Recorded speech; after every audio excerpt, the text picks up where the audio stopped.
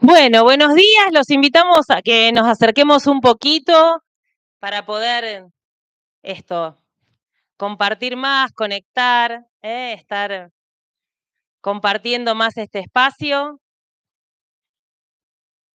Una alegría poder compartir hoy en esta casa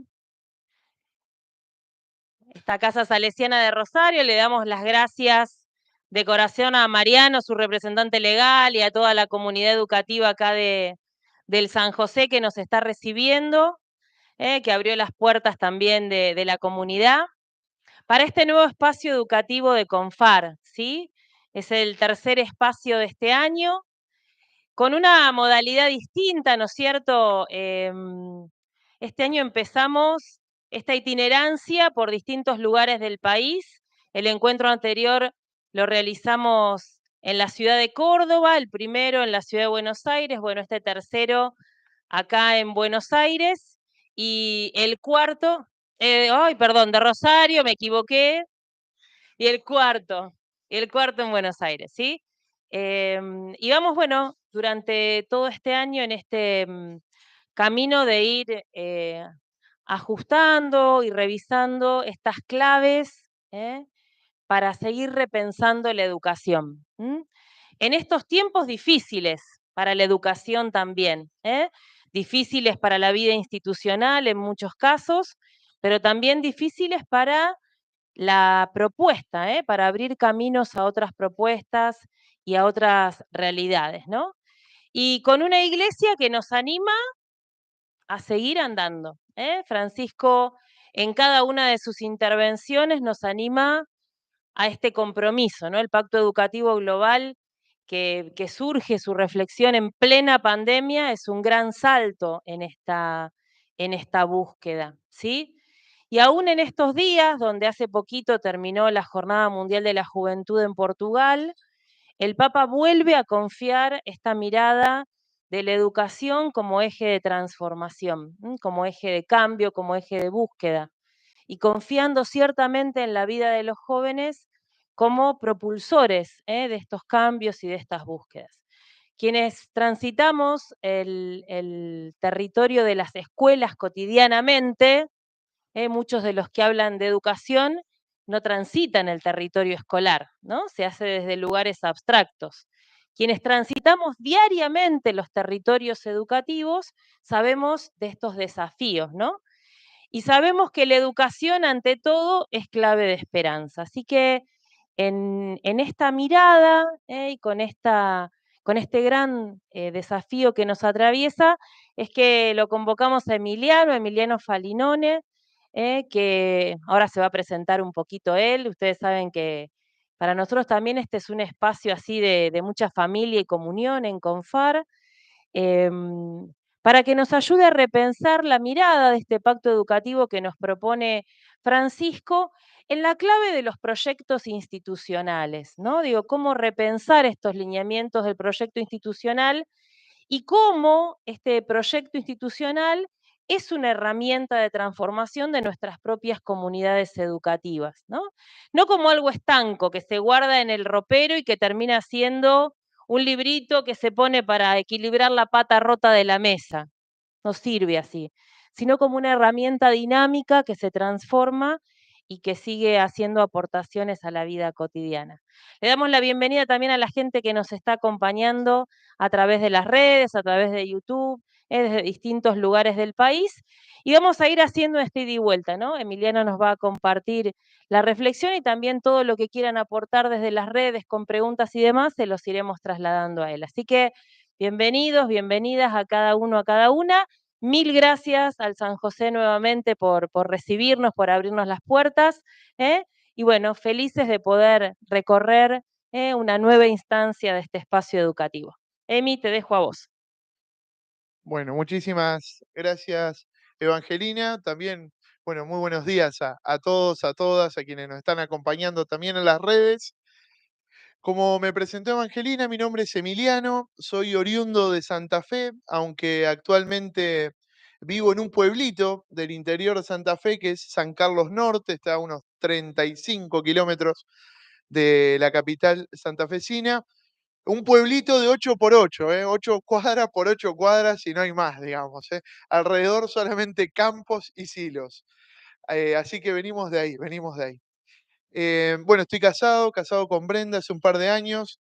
Es una alegría volver a este lugar, al San José, en el cual 2 años pasé por aquí adentro en el profesorado de filosofía, que después, bueno, lo he terminado en Córdoba, pero con eso también doy paso a presentarme desde dónde intento o quiero venir a compartir estas claves con ustedes. Antes, no quiero dejar de agradecerle tanto a Evangelina como al hermano Ariel Fresia, que bueno, que en mí también para venir a hacer un compartir justamente, para traer algunas pistas, algunas claves y que, bueno, las podamos masticar juntos. Esa es la propuesta.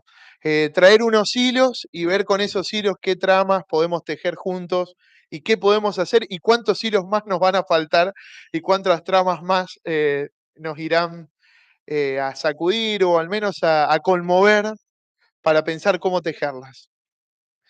Bueno, como les dije, soy profesor de filosofía, hice mi licenciatura en gestión de la educación y bueno, y actualmente estoy ya en el proceso de cerrar la experiencia del doctorado en sentidos, teorías y prácticas de la educación, un doctorado bastante extraño, un doctorado coordinado por Graciela Frigerio, que tiene mucho de filosofía de educación.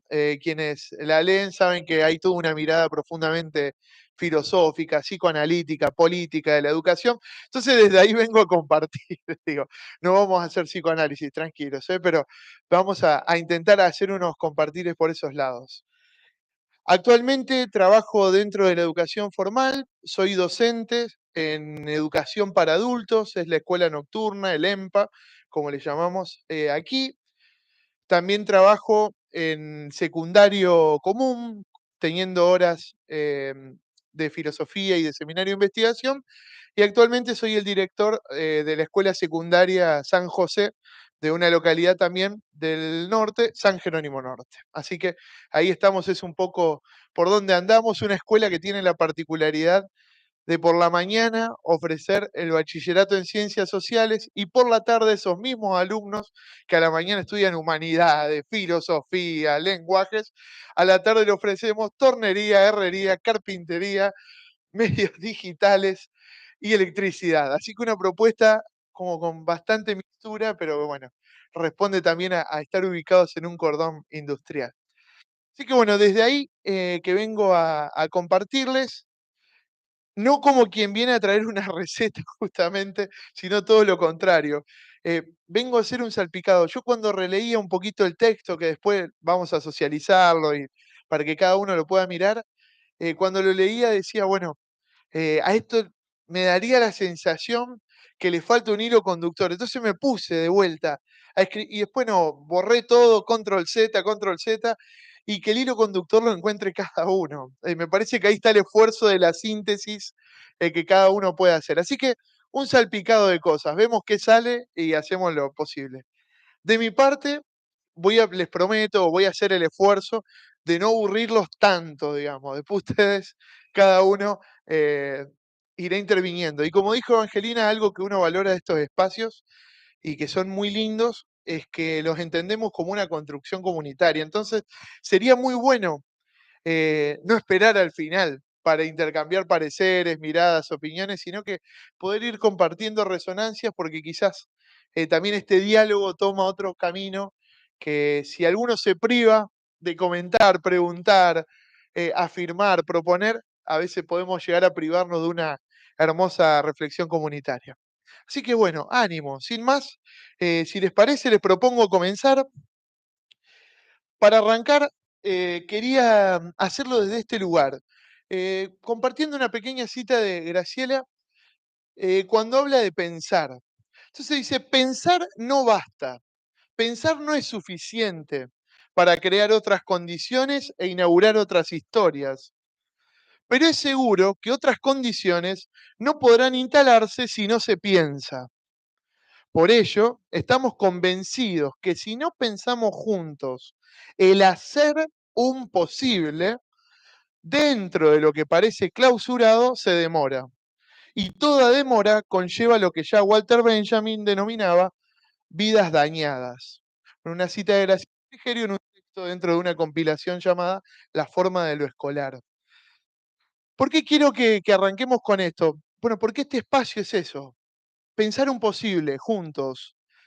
Muchas veces nos resistimos a la actividad académica del pensar porque entendemos que por el otro lado está el hacer. O hacemos esa falsa dicotomía entre el pensar y el hacer. El problema es qué hacemos cuando hacemos cosas sin pensarlas. ¿O qué efectos provocan a largo plazo? ¿Qué procesos se pueden desencadenar de una acción que no incluye la reflexión? Por eso los invito a compartir este espacio como el pensar juntos un posible, ahí adentro de lo que pareciera ya clausurado.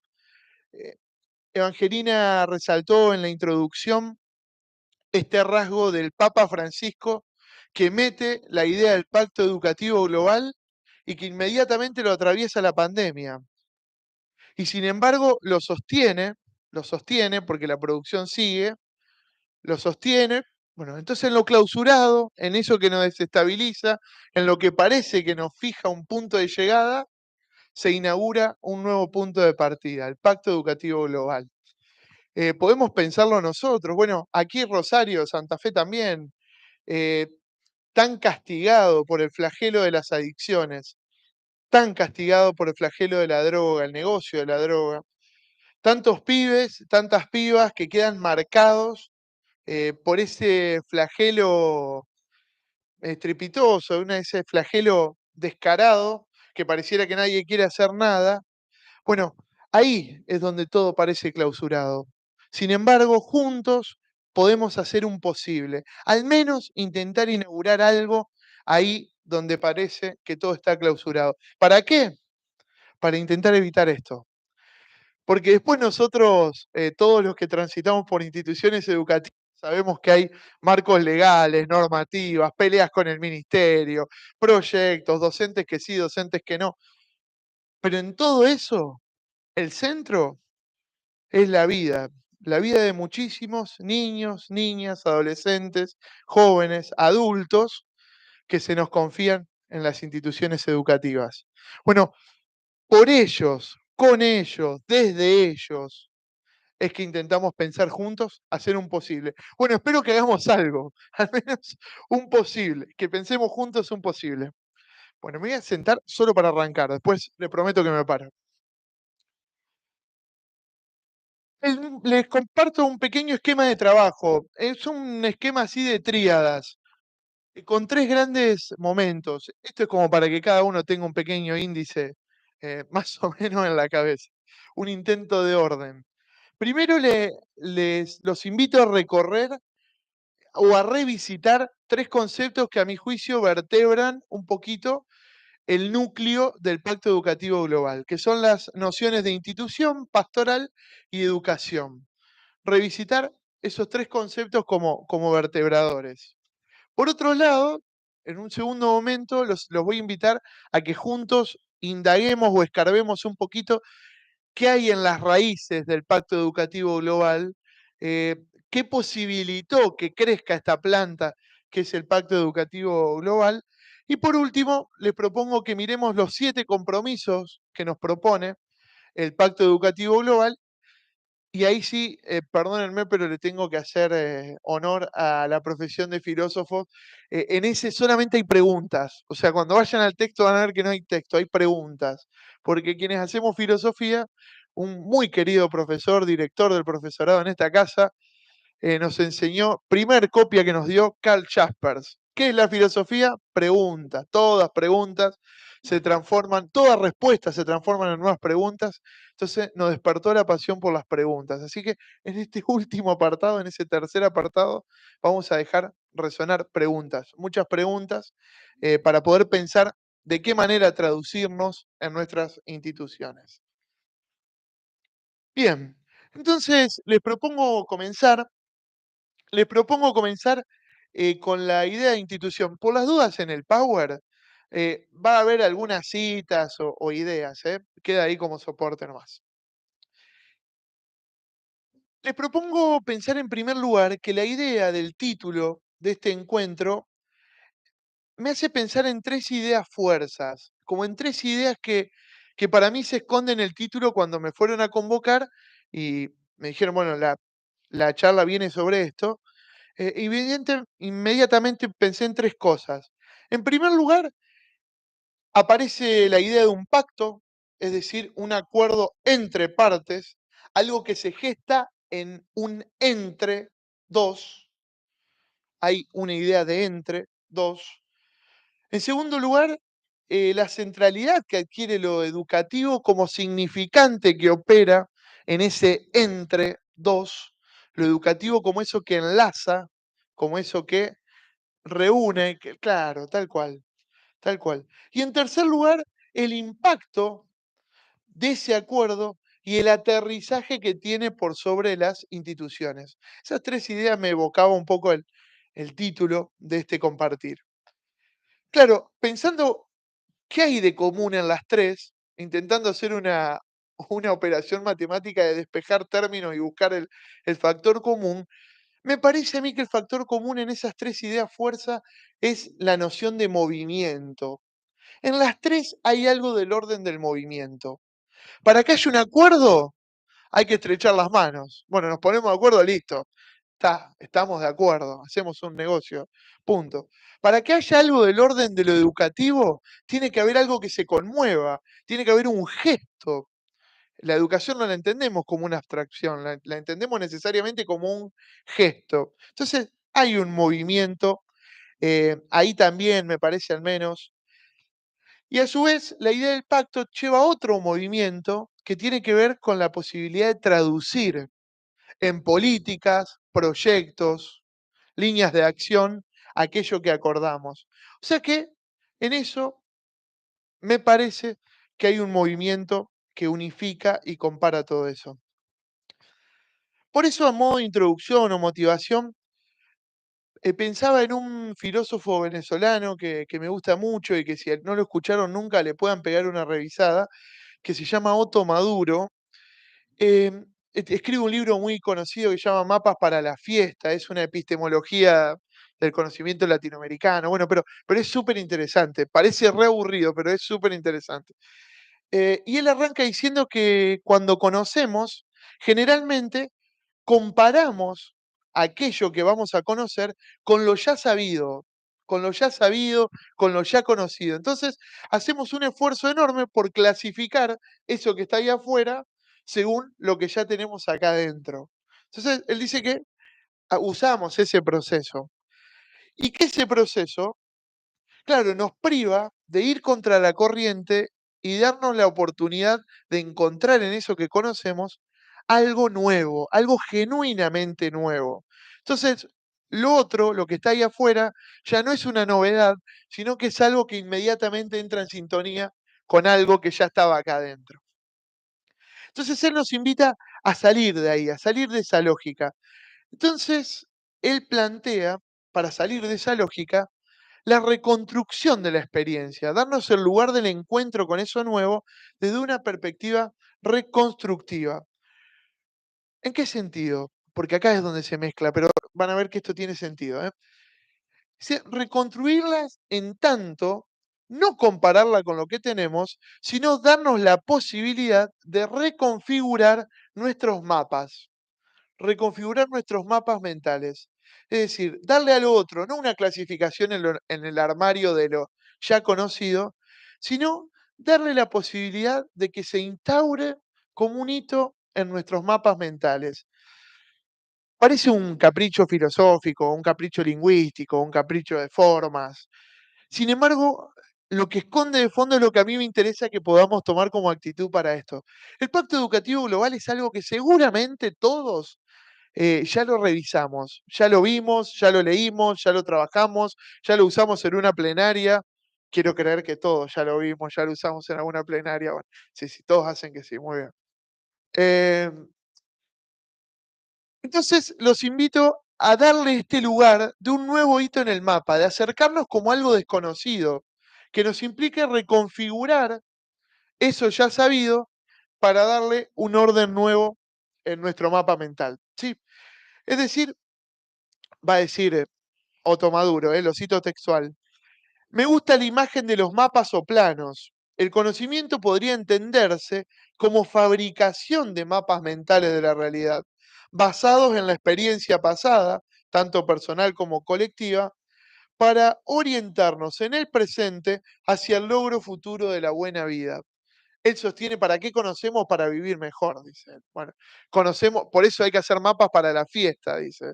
Lo propio de nuestra vida es la fiesta. Entonces, bueno, ¿qué caminos nos llevan?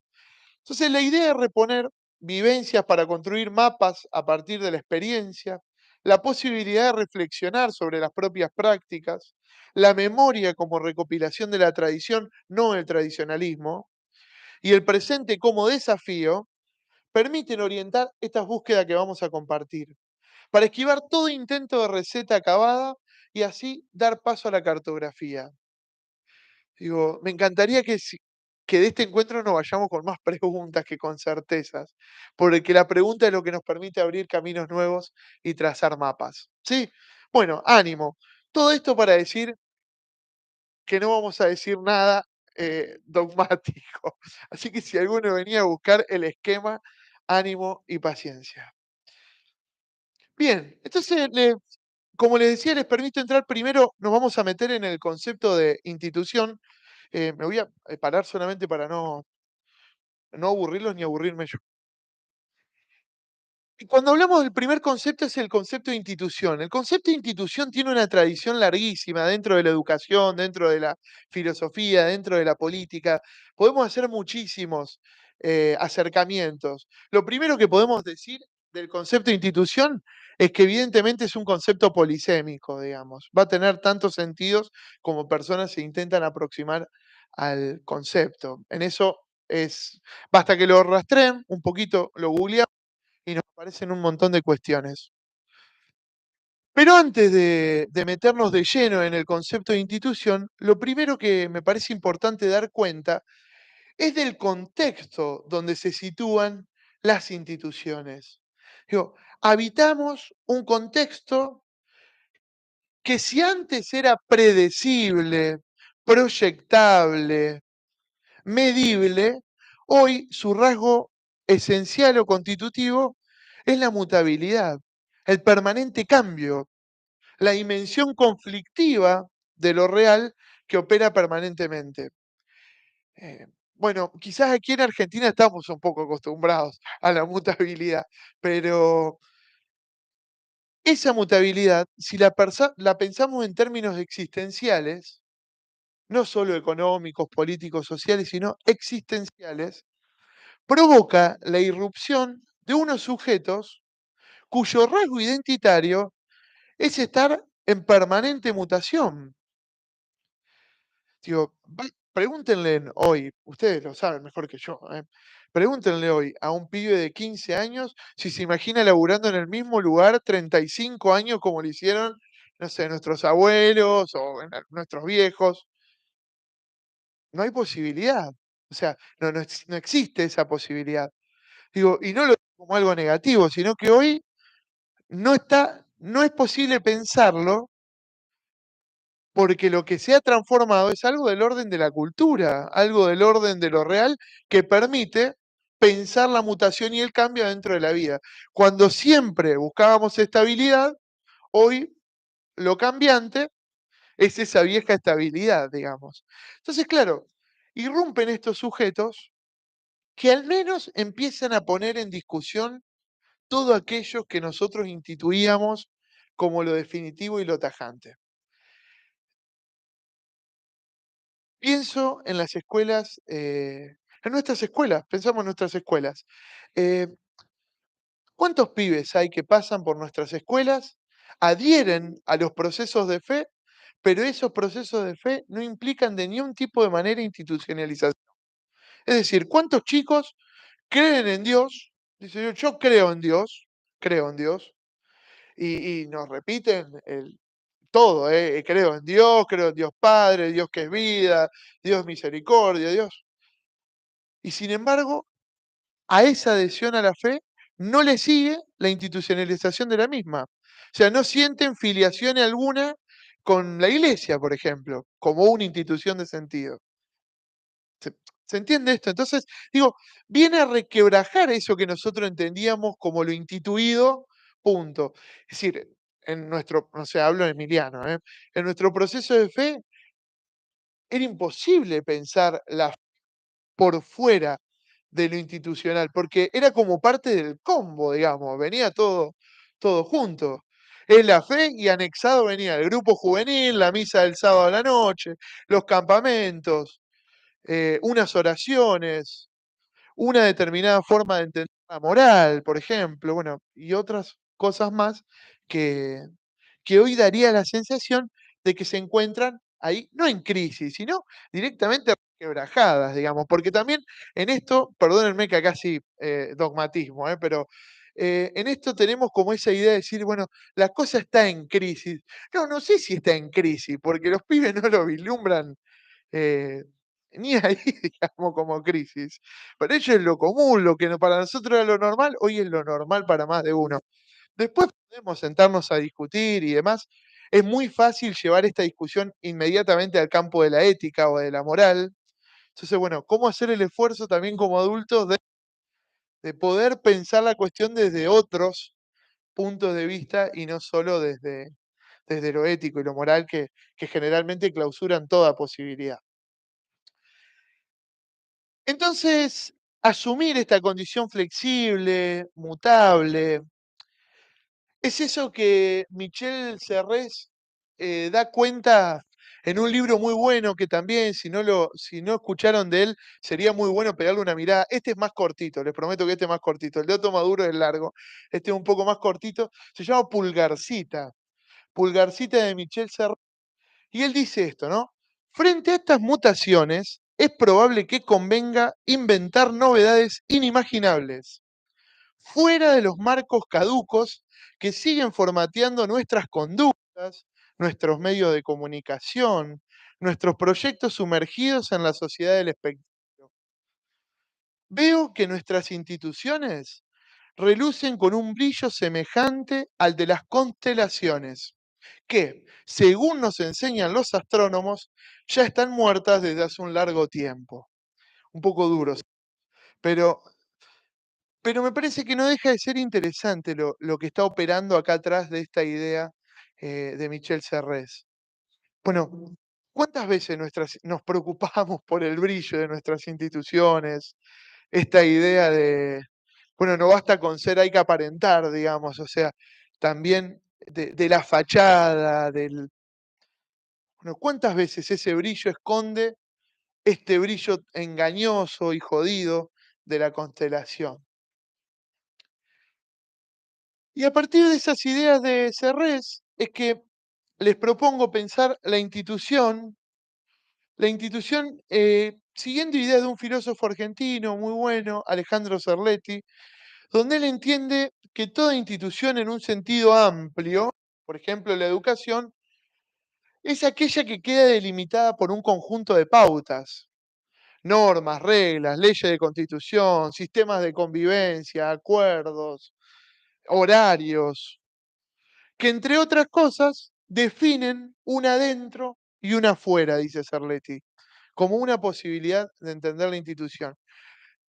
El conjunto de normas, leyes, reglas, convivencia, horarios, etcétera, que delimitan una adentro y una afuera.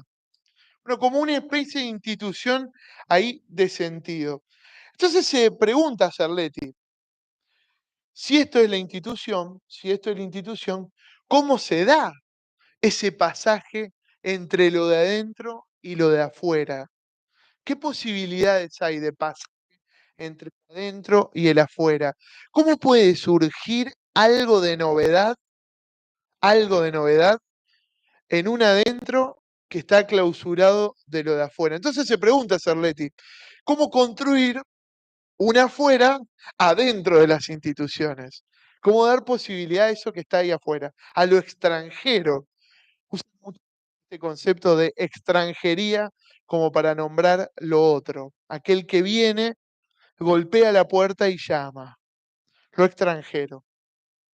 Entonces, bueno, hacen unas varias varias síntesis a raíz de eso, desarrollan muchísimo el concepto de extranjería. Por ahí el concepto de extranjería es muy interesante para pensar en aquello que nos desestabiliza.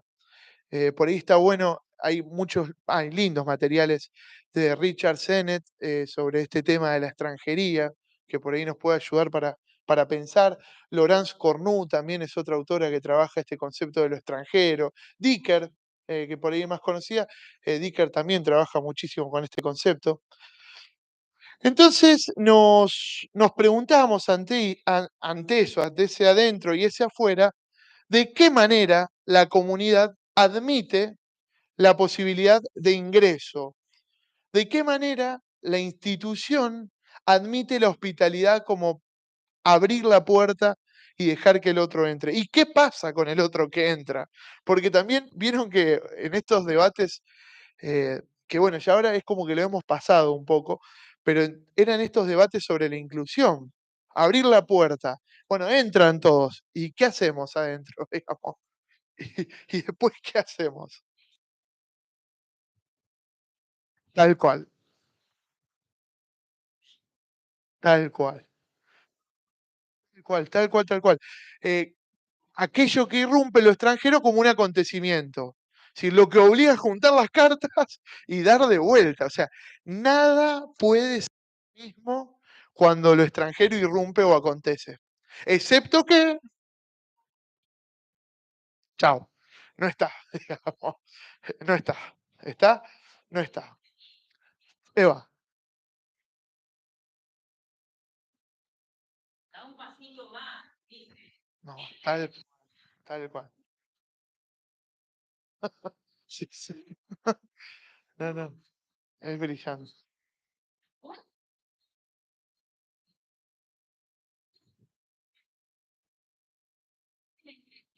Tienen, estamos llamando para la revisión del texto. Eso es todo. Muchísimo, bueno. Tal cual. ¿Sabes? ¿Quiénes? Tal cual, eso, yo quería marcar esa fuerza del todos, todos, todos. Porque si se hubiese quedado en el todos, todos, todos, al menos, bueno, lo podíamos pilotear. Pero es todos, todos, todos, y después vemos qué hacemos, digamos. O sea, bueno, que entren, después vemos cómo nos arreglamos. Claro, lo salieron a matar desde algunos sectores, digamos. Lo salieron a matar. eh, por esta idea, sobre todo. Bueno, venga, después veremos cómo nos acomodamos.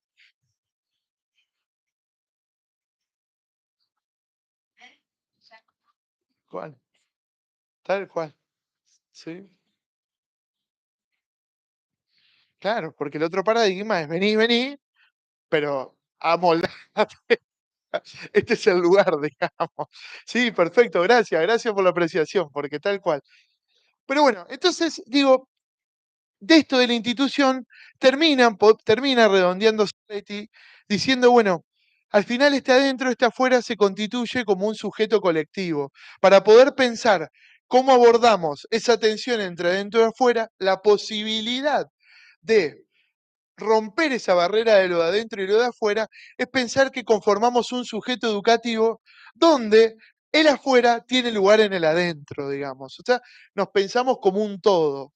Porque entendernos como un todo hace que el otro es extranjero, pero a ese otro le debo, en el sentido de la deuda, le debo hospitalidad. Una deuda que yo le debo, pero que a él no le genera deuda. Él no me debe nada. Entonces aparece la gratuidad, el don. Si bien estos autores entienden el don desde una perspectiva más de intercambio económico, para nosotros don, teologalmente, está mucho más ligado a la idea de gracia y tiene muchísima más potencia todavía. El otro, lo extranjero, como un don, como la gracia que irrumpe en el adentro de nuestras instituciones. ¿Cuántas veces? Bueno, esto está buenísimo, ¿eh? Pero después viene Juancito, que reventó un vidrio con la gomera afuera, digamos. Bueno, y es difícil decir, esta es la gracia del Espíritu que obra sobre nuestra institución. Pero bueno, el desafío es cómo empezamos a asumir esta idea, ¿no? Entonces, al menos como institución, como idea de la institución como aquello que ¿instituye qué? Un sujeto comunitario del sentir, pensar y hacer nuestras instituciones. Esa es la institución, porque si no pensamos que la institución es como una especie de entelequia ahí que anda flotando en algún lado, y no, y la institución es esto, el sujeto colectivo del ser, hacer, sentir, pensar, como Scanone lo va a decir, ¿sí? Un sujeto comunitario es el sujeto del estar, del ser y de la historia, y por lo tanto del pensar sapiencial y del ser que lo articula. Bueno, entonces la institución como esta construcción comunitaria. Bien, ¿hasta acá vamos bien? Bien, ok. Tal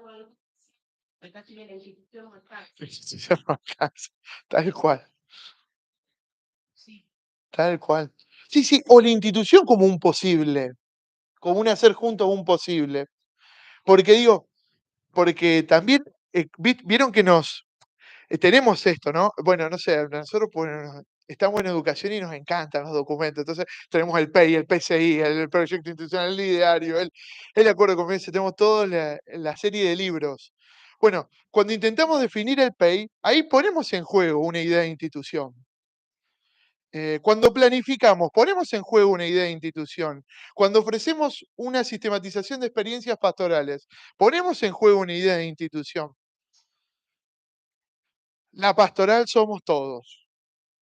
El único que está en la pastoral es el profesor de catequesis. Le toca hacer los campamentos. No, somos todos. Es el profe de catequesis. Pongo el ejemplo de pastoral porque es el menos polémico de todos, pero pensemos en otros, digamos, ¿está?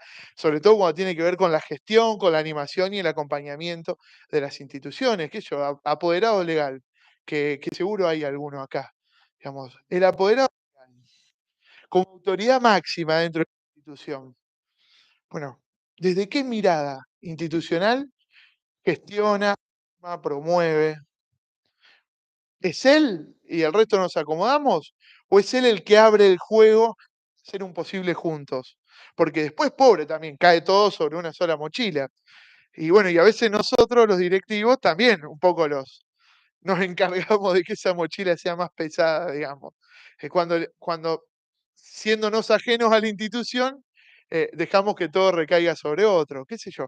No sé, para pensar tensiones que se pueden dar en el pasillo de lo cotidiano.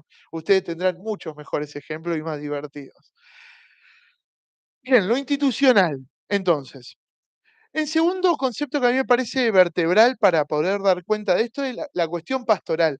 Y acá en la pastoral, vieron que eso, no sé, a mí me gusta pensar que la pastoral es eso que todos sabemos lo que es, pero que cuando le queremos poner un concepto, sonamos, digamos. No, todo es pastoral. Bueno, pero ¿y qué es lo pastoral? Y no, lo pastoral, digamos, el buen pastor. ¿Vieron? Prueben a hacer el ejercicio en una reunión plenaria. Che, definamos pastoral. Cada uno un papelito. Y seguramente demos cuenta de tantas ideas o nociones de pastoral como pastoralistas hay adentro de la escuela. Todo aquel que se autopercibe haciendo pastoral en la institución, seguramente tenga un concepto distinto del otro. El tema es qué hacemos con lo que decimos que es la pastoral. ¿Qué hacemos con porque la pluralidad de significado puede ser una oportunidad? El problema es cuando la pluralidad de efectos genera lo contrario que se quiere perseguir o buscar, digamos. Ahí está el tema. Entonces, aparece una idea de polisemia de sentidos que dan origen a una serie o una polisemia de significados, una polisemia de efectos. Sobre todo a mí me preocupa esto del efecto. Es decir, que a veces perseguimos efectos contrarios. Entonces, en vez de sintonizar la pastoral, la dejamos como una discusión de francotiradores, digamos. Por eso me permito dos cosas. Una, pensar la pastoral como praxis, entender que la pastoral es una praxis. Cuando hablo de praxis, no lo lleven, por favor, al plano marxista o neomarxista, porque ahí la praxis es materialista, no mira más allá, no sintoniza el corazón con el cielo, sino que es más acá siempre. Sino que cuando hablo de praxis, intento referirme a este movimiento que está dado por la acción, la reflexión y la transformación. Este movimiento permanente de poder ver, actuar, resignificar, evaluar, seguir haciendo camino. La praxis como un movimiento.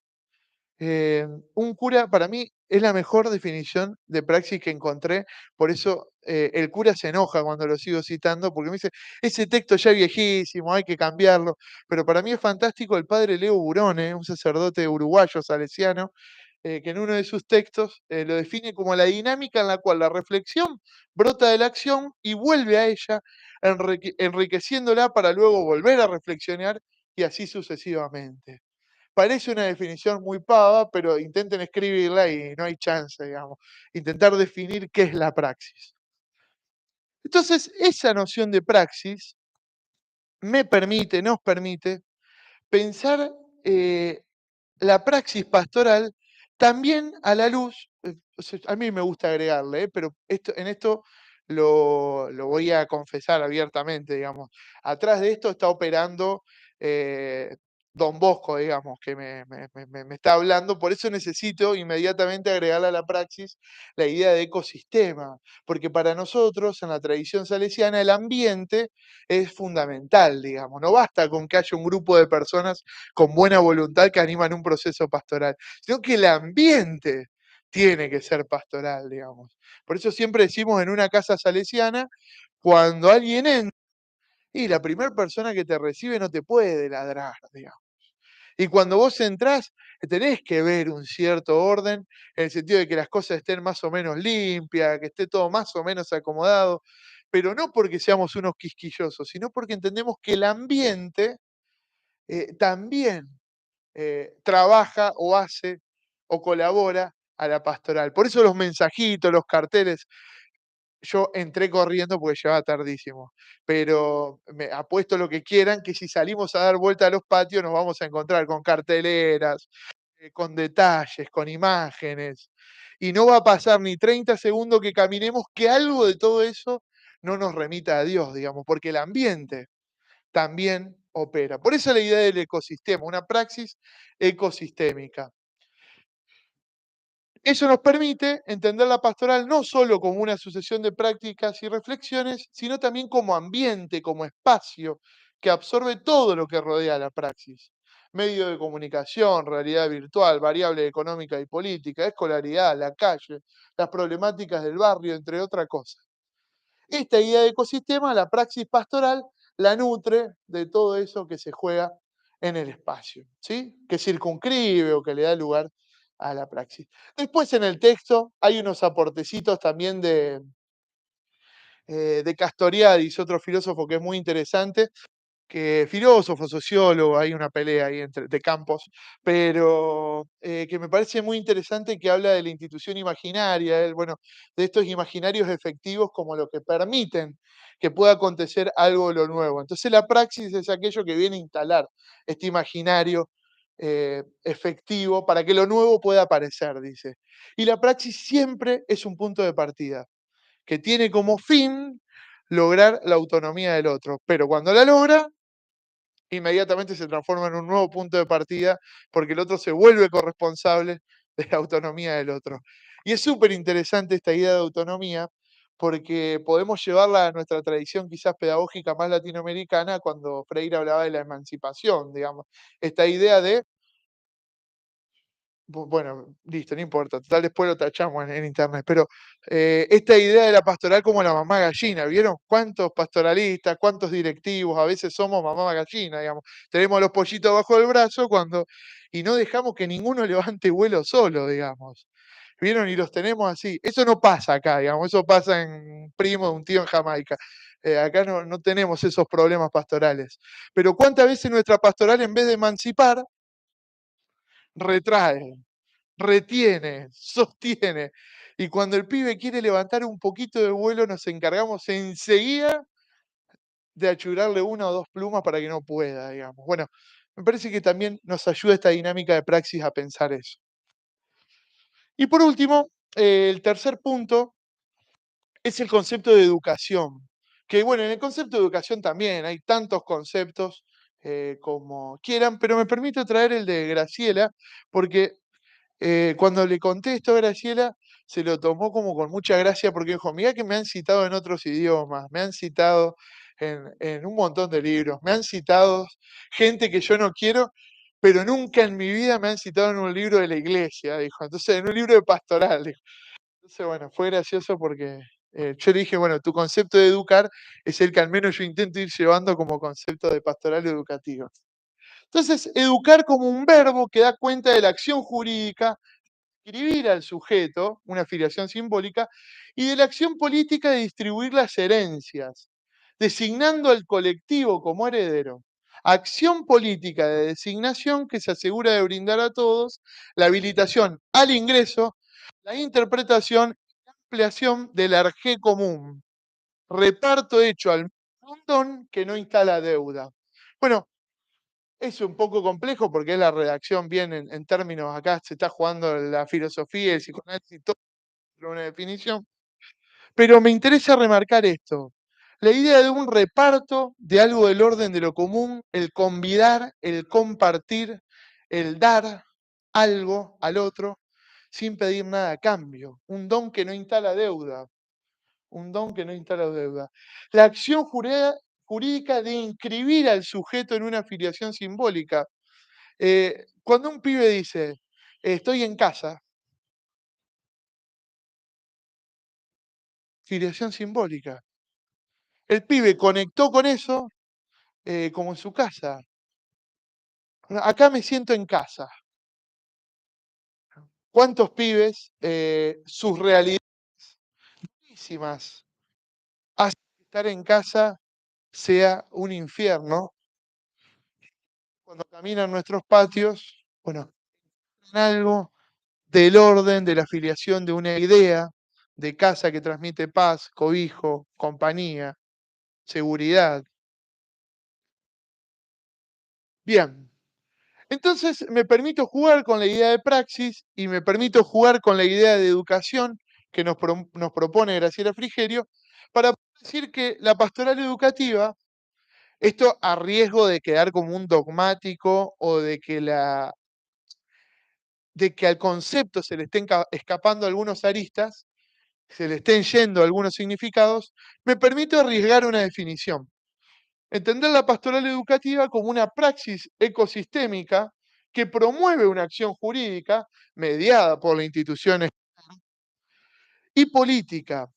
Política entendiendo por política como la intervención en lo público, como un gesto político, la intervención en lo común, en lo público. Entonces, una acción jurídica y política basada en la transmisión de un don que implica hospitalidad hacia el extranjero, hacia el otro, y que acontece como tarea y gracia, distinguiendo aquello que nos compete de la obra divina, pero sin prescindir de los agentes pastorales, dejando todo librado a la buena de Dios, digamos, porque a veces como usamos el concepto de gracia, es como dejar que Dios sobre, no. La gracia es don y tarea, digamos. Hay lugar a la intervención, pero hay necesariamente una mediación de los agentes pastorales, favoreciendo la afiliación de los sujetos a un todo que es mayor y excede a las partes. El rey es más que una mera institución, favoreciendo la afiliación de los sujetos a un todo que es mayor y que excede a las partes. El reino es mucho más grande que una institución. Entonces, ¿por qué quiero traer esto? Porque en el fondo, con toda esta crisis de institución que veníamos diciendo, de repente aparece en la pastoral la posibilidad de una afiliación que exceda a la institución, que es la del reino. ¿Cuántos pibes que atraviesan nuestras instituciones no se encuentran filiados a eso, pero sí profundamente identificados con el mensaje del Evangelio, profundamente identificados con un Dios cuyo nombre es misericordia? Y bueno, y después vendrá todo el otro proceso, pero bueno, ¿cuántos su filiación excede al todo y excede a la mera institución? Bien, hasta acá, ¿estamos dormidos? Yo voy mirando por las dudas. Cuando se me duerma alguno, cortamos. No,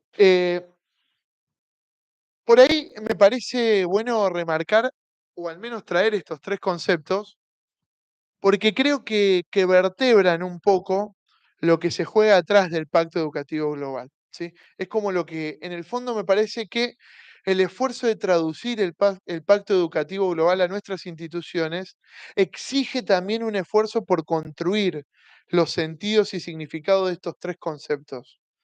¿Qué vamos a entender por institución y qué vamos a hacer con lo que entendemos por institución?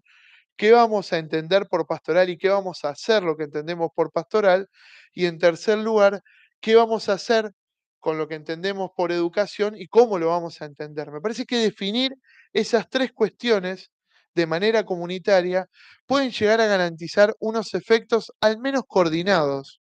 Y ojo que con esto no estamos diciendo homogeneizar, amalgamar, hacer que todo sea una masa uniforme, porque la pluralidad de sentidos enriquece. El tema es cómo, desde esa pluralidad, coordinamos efectos compartidos y comunes que no se terminen boicoteando unos con otros. ¿Está? Ese sería el riesgo de la pluralidad. Bien, así tengo la excusa de tomar un mate. ¿Algún comentario? ¿Alguna resonancia? ¿Algo? ¿Un eco que provoque algo de todo esto? De a uno, por favor, que no se escuche ni se entienda nada. Estoy escuchando.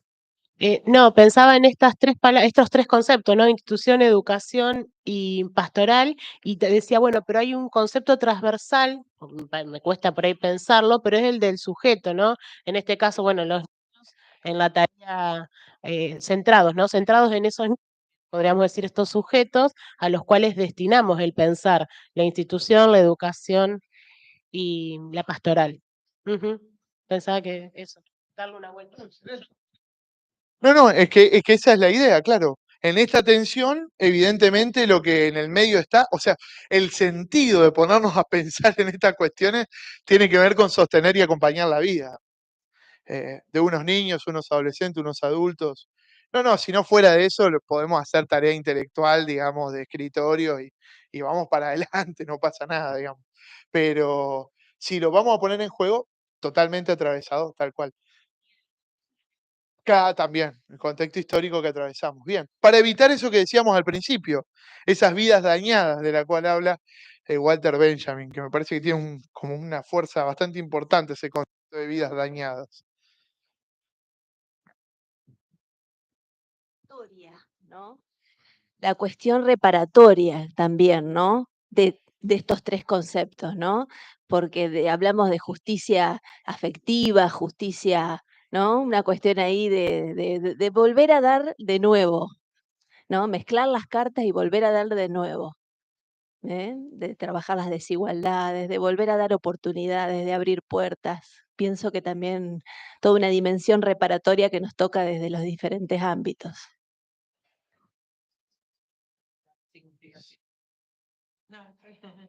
Tal cual, tal cual. El restauratorio en ese sentido, sí, totalmente. De recuperar la justicia como aquello de quizás también de equidad, de volver a reponer. Ahí está, claro, tal cual. Que es un poco la lógica que venimos aprendiendo. Yo lo toco de oído nomás, ¿eh? Pero al menos quienes venimos escuchando o prestándole atención a todo este trabajito que vienen haciendo los curas villeros, que por suerte cada vez se expande más con los hogares de Cristo, con esta idea de abrazar la vida como viene. Bueno, está eso, es decir, como viene, y vemos qué hacemos, digamos, y en algunos casos hay prevención, pero en la mayoría en realidad lo que hay es sostener, acompañar, promover y volver lo más digna posible la vida de cada uno de los chicos con quienes entran en contacto, que es una cosa, me parece fabulosa en esta clave reparatoria.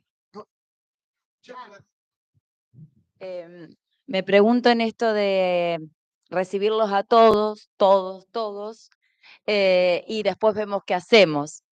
Muchas veces nos vemos muy solos en esto y me parece que ahí el sistema preventivo también se juega a morir porque los recibimos, las recibimos y algún indicio de qué vamos a hacer tenemos que tener. Y me parece que el compromiso tiene que ver con eso, el compromiso que asumimos, ¿no? En esto también de la justicia curricular, en esto de todavía denominar la escuela en muchos casos como escuela inclusiva. Si es una escuela, ya sabemos que es inclusiva o lo debemos saber. ¿Y qué hacemos con estas infancias que recibimos, con estas familias que a veces acompañan o que no acompañan a esas infancias? Entonces, derribamos puertas, derribamos muros, hacemos el afuera bien adentro, pero ¿qué hacemos? Entonces me parece, ¿cómo lo hacemos y cómo nos unimos en esto?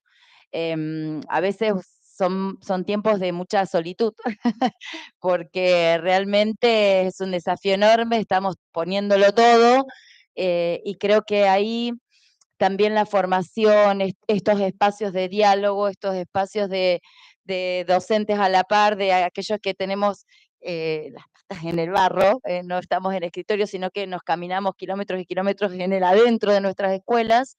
Me parece que eso está bueno, esto es muy valioso.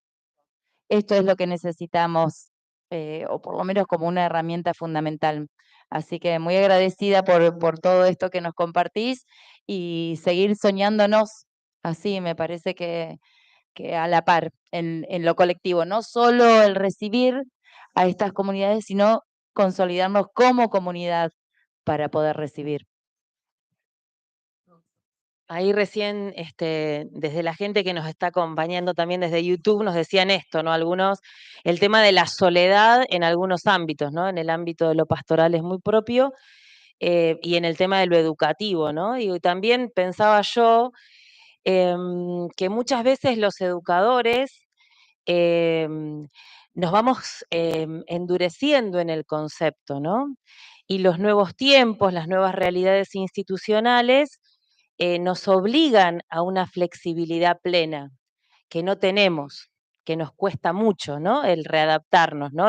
Estos nuevos conceptos, la lógica de lo instituido, sobre todo para los que llevamos años transitando las instituciones, es muy fuerte, y el instituyente que nos irrumpe nos termina fracturando, ¿no? Entonces, eso es como complejo de elaborar. Y otra cosa que me parece que es muy fuerte en los educadores, en todos los que estamos en este ámbito, es el piso tan bajo de frustración que tenemos, ¿no? Digo, tenemos explicitaciones y grandes discursos en torno a lo valioso del error como clave del aprendizaje, pero es el error de los otros, el nuestro no estaría siendo contemplado. No, nosotros no nos equivocamos, no podemos equivocarnos y no podemos aprender de nuestros errores en el ámbito de lo educativo. Me parece que eso es algo serio y lo vamos viendo también en las nuevas camadas de educadores y educadoras que llegan a nuestras instituciones, ¿no? Y los más grandes nos dicen, maestros eran los de antes, vos viste esta chica que nos llegó, por favor, no me sabe leer curso en el acto, pero a vos te das cuenta que la planificación, pero vos te das cuenta que, bueno, entonces, formas de abordar lo educativo, abordar las instituciones, abordar lo vincular con los pibes y las pibas que tenemos hoy, no los que nos imaginamos que quisiéramos tener, sino estos que llegan como llegan, con las familias que son las que tenemos, no las que quisiéramos tener, también nos enfrenta a esto, ¿no? Digo, a reelaborar la propia frustración, las propias necesidades y la propia percepción de lo institucional, ¿no? Digo, me parece muy fuerte esto que dijiste, nos da como en el centro de la vida. Perdón. Para poder combatir esta soledad que sentimos todos, no es fácil, pero es muy importante establecer el trabajo en redes con distintas instituciones, no solo lo que tenga que ver con lo educativo, como para poder combatir, como decía, esta soledad y poder encontrar la riqueza en otros.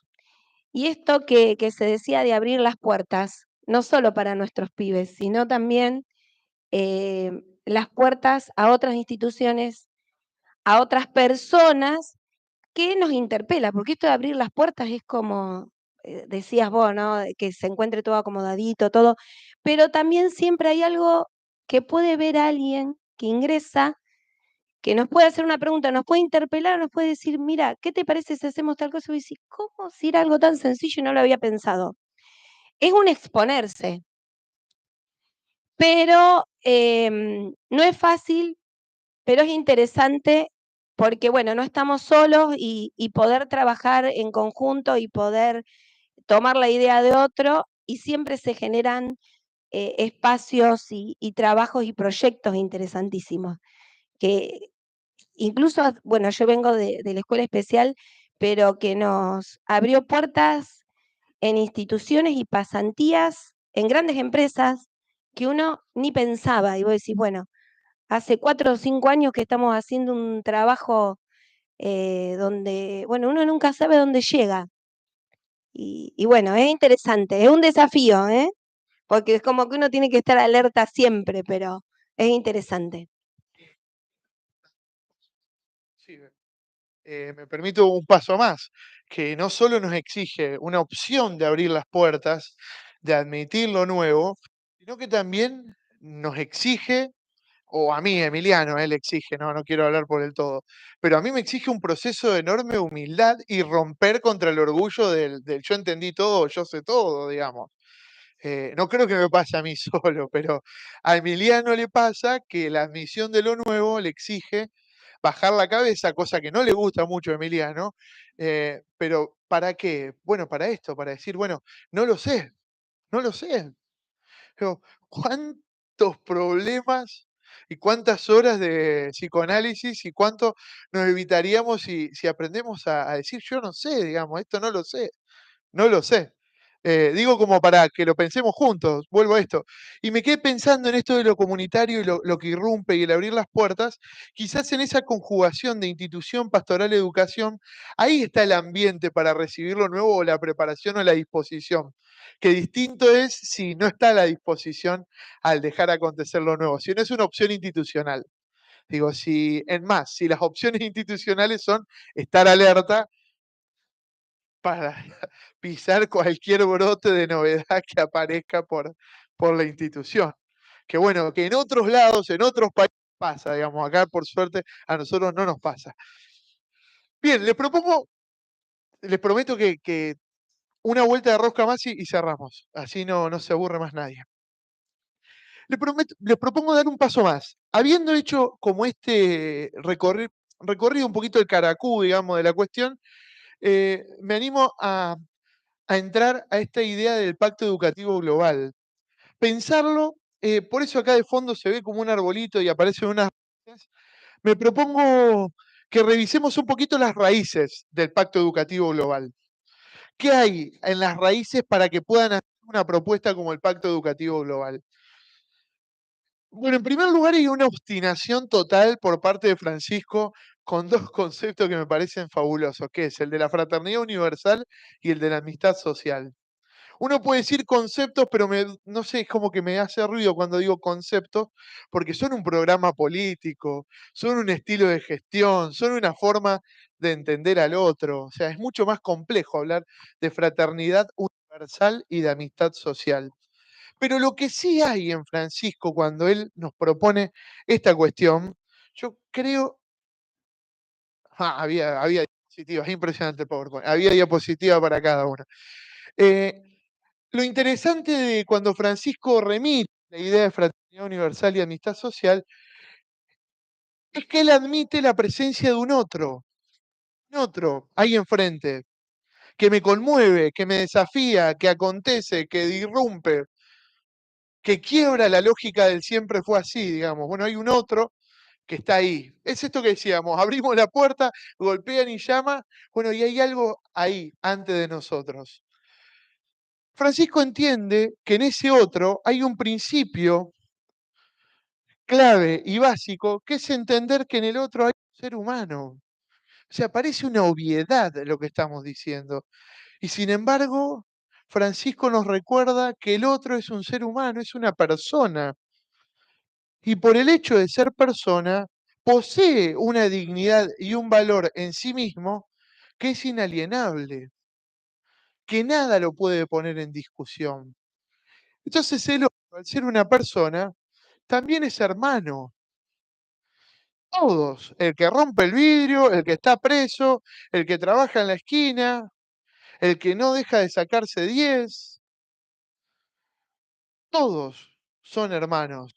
Hermanos todos, fratelli tutti, digo. Es esta lógica que el Papa quiere instalar, la de la amistad social. Y es muy vivo cuando usa los términos. Es muy vivo, porque usa el término fraternidad. Porque fraternidad remite a hermandad, y hermandad remite a un lazo que por más conflicto que vos tengas, permanece igual. Suerte. No me hablo con mi hermano, pero es tu hermano. Y me llevo mal, pero es tu hermano. O sea, y no lo veo hace 10, pero es tu hermano, y sigue siendo tu hermano.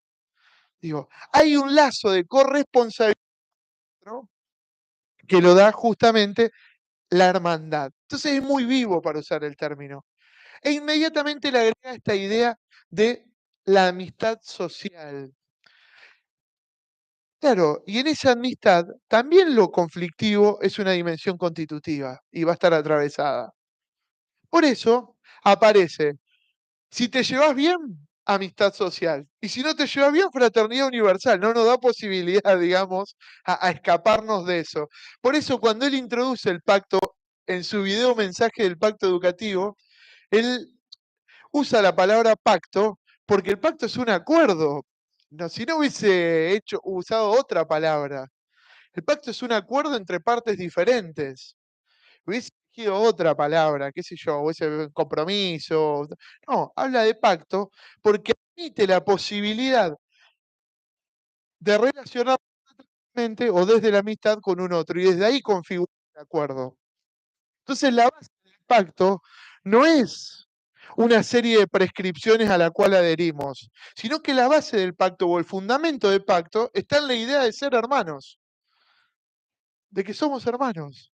Ahí está el fundamento de un pacto educativo global. Si no, podríamos decir que Francisco peca de utópico, pero bueno, al menos, como él dice, dentro del Vademecum, del Pacto Educativo Global, entendemos la fraternidad como dice así, lo leo textual, dice, como un dato antropológico de base, al partir del cual injertar todas las gramáticas principales y positivas de la relación. El encuentro, la solidaridad, la misericordia, la generosidad, pero también el diálogo, la confrontación y más en general, las diversas formas de reciprocidad.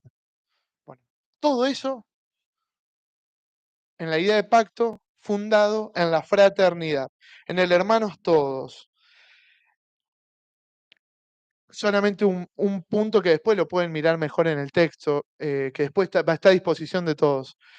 También la fraternidad entendida como categoría política. Ahí me gusta seguir también a un filósofo, él se define como político, pero es filósofo, Enrique del Percio.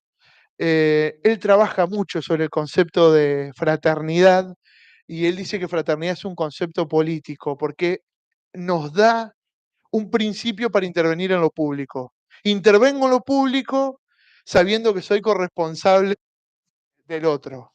Es decir, cuido lo público, defiendo lo público, intervengo en lo público consciente de afectar directamente a mi hermano con lo que hago o no hago o con lo que dejo de hacer. Bueno, qué sé yo, como un dato ahí para pensar. Después, por otro lado, yo les decía que el otro punto que para mí vertebra, hace de raíz, es la idea de pueblo. Francisco, esta idea de pueblo, qué sé yo, a quienes le guste leer Francisco aparece por todos lados, inaugura su papado trayendo el concepto de pueblo, ahora el pueblo reza por su pastor, el pastor bendice al pueblo, ya y ya arranca, googleenlo, si no me creen, por favor, entran Vatican Va, abren cualquiera de sus textos, buscan pueblo y vean cuántas veces aparece el concepto pueblo. Es una reiteración permanente de Francisco remitiendo a la idea de pueblo. Y en Evangelii Gaudium, él hace un desarrollo de 4 principios que fundan un pueblo.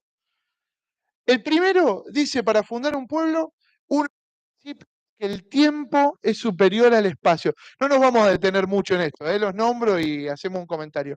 El tiempo es superior al espacio. Entonces, con este principio, entiende Francisco que debemos preocuparnos más por desencadenar procesos que por ocupar menos espacios. Es decir, tendría que tener mucho más fuerza la lógica de los procesos por sobre la lógica de los eventos. Bueno, ¿cuántas veces en nuestras instituciones educativas intentamos sembrar y es como que nos quedamos toda la noche despiertos a ver si crece algo, digamos, y no pasa nada? Bueno, ¿cuántas veces operamos con la lógica del llame ya, digamos? Con la lógica del cambio repentino, con la lógica del evento, con el fuego artificial, que es hermoso, pero dura nada. La idea de los tiempos por sobre los espacios, los tiempos por sobre los meros eventos. No lo desestima ni a los espacios ni a los eventos, solo que dice, bueno, pongamos más fuerza en los proyectos, en los tiempos. Esto nos da muchísima esperanza a quienes estamos en la gestión, de creer que los tiempos largos del Dios fiel en algún momento se cumplirá. Nos da mucha esperanza.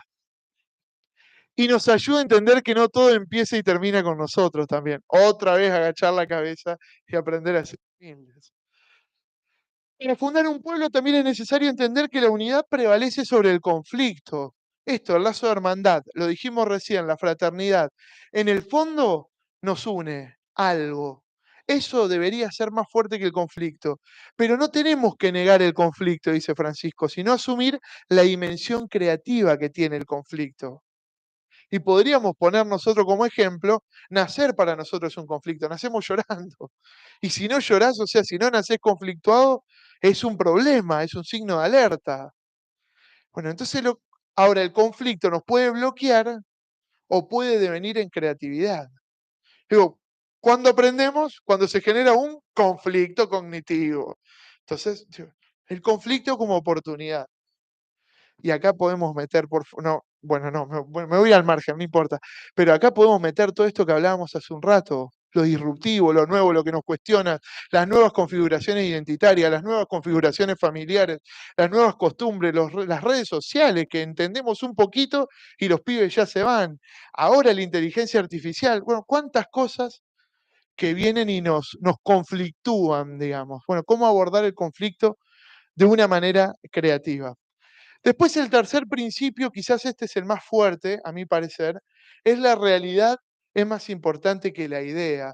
Dice Francisco, no desmerecemos la idea, pero la idea son una construcción abstracta, son construcción nuestra. La realidad está. Claro, para quienes venimos del palo de las ciencias sociales, acá Francisco nos quiere hacer pelear absolutamente con todo, digamos. ¿Qué es lo real? O una construcción de sentidos y significados que operan. Bueno, acá Francisco está todo bien con la construcción, pero la panza del pibe que tiene hambre hace ruido. Y si vos no querés escuchar, inventate todo el aparato conceptual que quieras, pero la panza hace ruido.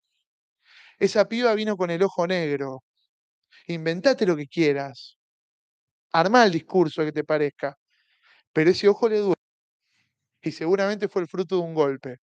Digo, esto, la realidad que se impone.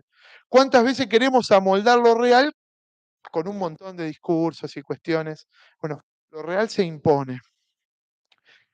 Esto también tiene que ver un poco con las patas en el barro, digamos. Bueno, darnos lugar a pisar el barro, y pisar el barro implica que nos podamos lastimar, que tengamos frío, que nos quememos, que, digo, tal cual, tal cual.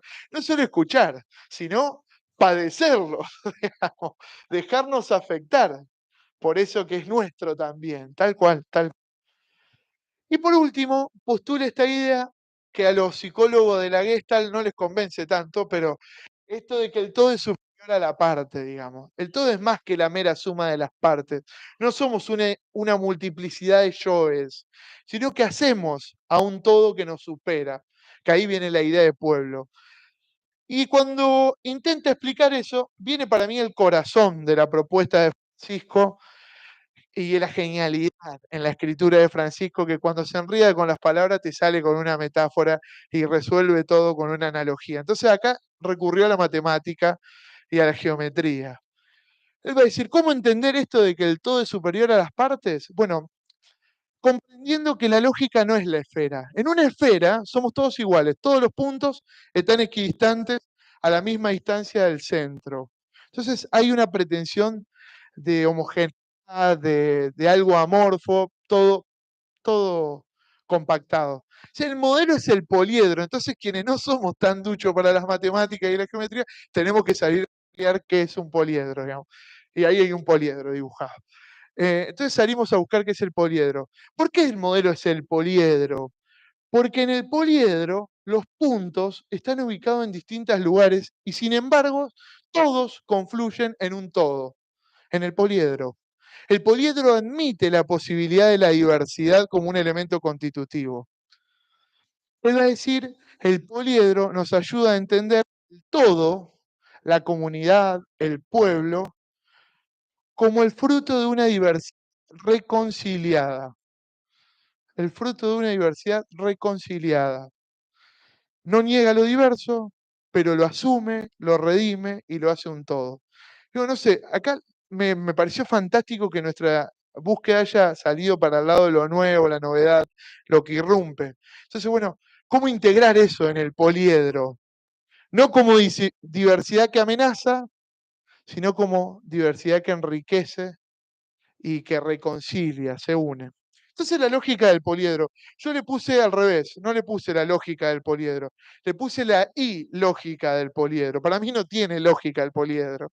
Me parece que no tiene lógica esto de aceptar a todos, esto de que lo diverso sea una oportunidad, porque rompe con esto que decía Evangelina con palabras muchísimo más lindas, digamos, cuando decía el instituyente que rompe lo instituido. Fantástico.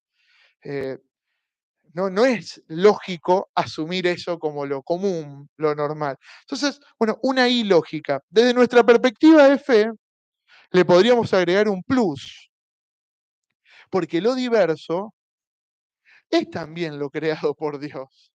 Digo, la persona que aporta la novedad, ánimo, es hijo, es hija de Dios también. Digo, no sé, y eso si lo pensamos un minuto a mí me estremece un poco, porque cuántas veces con mi discurso, con mis prácticas, con mis decisiones de gestión, entendí lo diverso como una amenaza e hice todo lo posible para que no pise el patio de nuestra escuela. A mí me estremece, es un examen de conciencia permanente que tengo que hacer. ¿Cuántas veces con nuestro ser y estar en las instituciones, lo diverso no forma parte de este todo reconciliado, sino que es alejado? Bueno, después en el texto hay un montón de preguntas para que cada uno pueda pensarlo. Quizás después recuperemos algo en el trabajo grupal, podamos recuperar algo de estas preguntas. Bueno, ánimo. Prometo que es el último tirón. Y nos quedamos acá. Esta es la última diapositiva. A partir de eso aparece el Pacto Educativo Global con sus 7 compromisos. Les propongo que los revisemos uno a uno y con esto cerramos. Aparece el pacto con esta triangulación de conceptos que hicimos primero, con este recorrido por las raíces, es decir, abajo está esta idea de fraternidad y amistad, está la ilógica del poliedro, está la configuración del pueblo con sus principios, es decir, ahí estaría como las raíces, y aparece esta idea del pacto como una serie de compromisos que asumimos entre partes, que no somos iguales, que no tenemos el mismo punto de partida, pero que compartimos todos el ser hermanos. Es muy interesante que esta idea del pacto se le haya ocurrido a Francisco después de encontrarse con hermanos de otra religión, digamos, donde entre todos vieron que era necesario pensar algo en pos de la educación. Y me parece que es muy interesante eso. Entonces, el primer compromiso de este pacto es poner a la persona en el centro. Fíjense que ya arrancamos. No importa la religión, no importa el color, no importa el país, no importa la costumbre, no importa las leyes. El primer paso, el primer desafío de este pacto, el primer compromiso es poner a la persona en el centro. Y cuando habla de poner la persona en el centro, habla de ponerla en el centro de la acción educativa. Es decir, que la persona sea el centro sobre en donde después va a girar esa tríada de conceptos que dijimos, institución, educación, pastoral. Cambia la lógica, porque el centro ya no es un autor de referencia, el centro ya no es mis ideas sobre tal cosa. Poner la persona en el centro. Digo, me parece que es algo de lo que Francisco quiso decir cuando dijo todos, todos, todos, digamos. La persona en el centro. Después vemos qué hacemos, dijo. Bueno, pero primero lo traemos, lo ponemos acá en el centro. Está, digo, me hace acordar muchísimo, no sé si a ustedes les pasa, pero a esta imagen de Jesús, esta imagen del Evangelio de Jesús con los niños. Bueno, toma al niño y lo pone en el centro. Entonces, al ponerlo en el centro, automáticamente todo lo que está alrededor se convierte en periferia. Entonces, eso que era periferia, que estaba a un costado, ahora toma el centro. Digo, porque si no, siempre vieron que pensamos que la educación como en clave de siempre en misión hacia el otro. Bueno, y esto nos rompe un poco el paradigma, cuando el otro es el centro. Bueno, yo soy periferia ahora, digamos. Entonces, desde la periferia puedo leer mejor el centro, va a decir Francisco. Puedo entender mejor el centro. Poner la persona en el centro. Poner en el centro su valor, su dignidad, para hacer sobresalir su propia especificidad, su belleza, su singularidad y al mismo tiempo su capacidad de relacionarse con los demás y con la realidad que los rodea, ¿sí? Rechazando esos estilos de vida que favorecen la difusión de la cultura del descarte.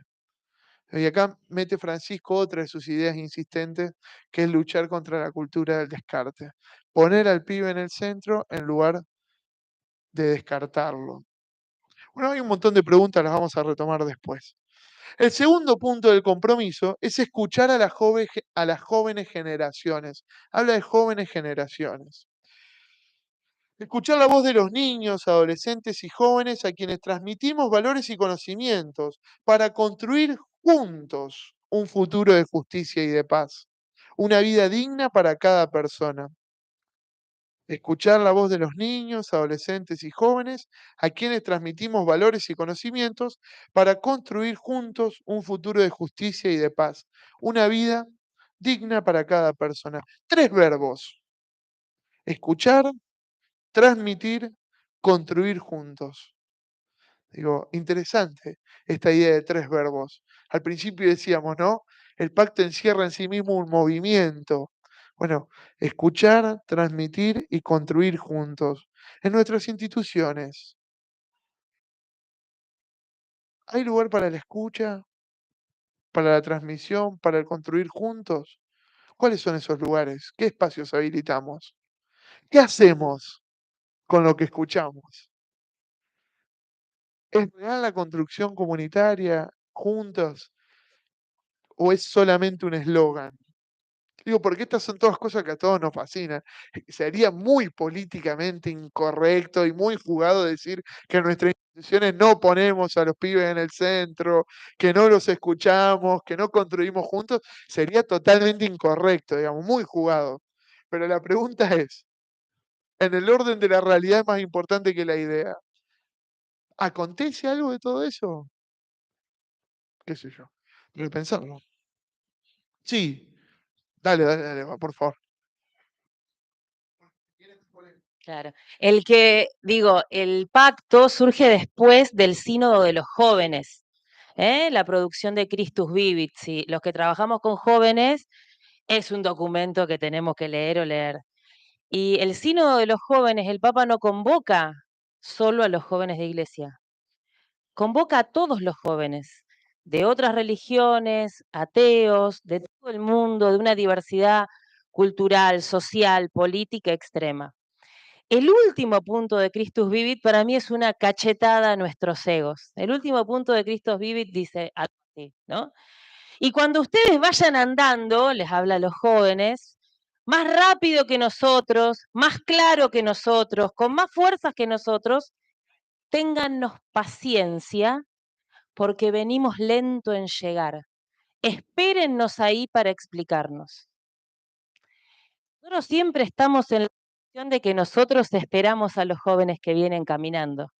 Y el Papa nos dice, los jóvenes llegaron hace una semana y nosotros seguimos, vieron como en la peregrinación, que llegaron los pibes a San Nicolás y nosotros todavía andamos por Pavón arriba, así arrastrándonos. Bueno, la misma lógica, ¿no? Entonces, digo, el pacto surge después de esa escucha efectiva, real, consciente de estos pibes y de estas pibas de una diversidad plena, ¿no? Digo, me parece que cada compromiso del pacto no nace de cualquier lugar, nace primero de un proceso y de un camino que nos dicen, no se los estoy diciendo desde lo ideal, sino desde la experiencia vivida, construida, compartida. Y me parece que esa es así como la primera piña, ¿no? que nos ubica. No, pasa que todo el magisterio de Francisco es como una piña, es una gran piña, digamos, pero bueno, tal cual, sin duda. Me parece que esa idea del espérennos es fuertísimo. De verdad que Christus Vivis es un documento que hay que ir a leerlo, no que vale la pena, hay que ir a leerlo, digamos. Me parece que es como el ABC del trabajo con los pibes. Christus Vivis debería tener un lugar clave en la lectura.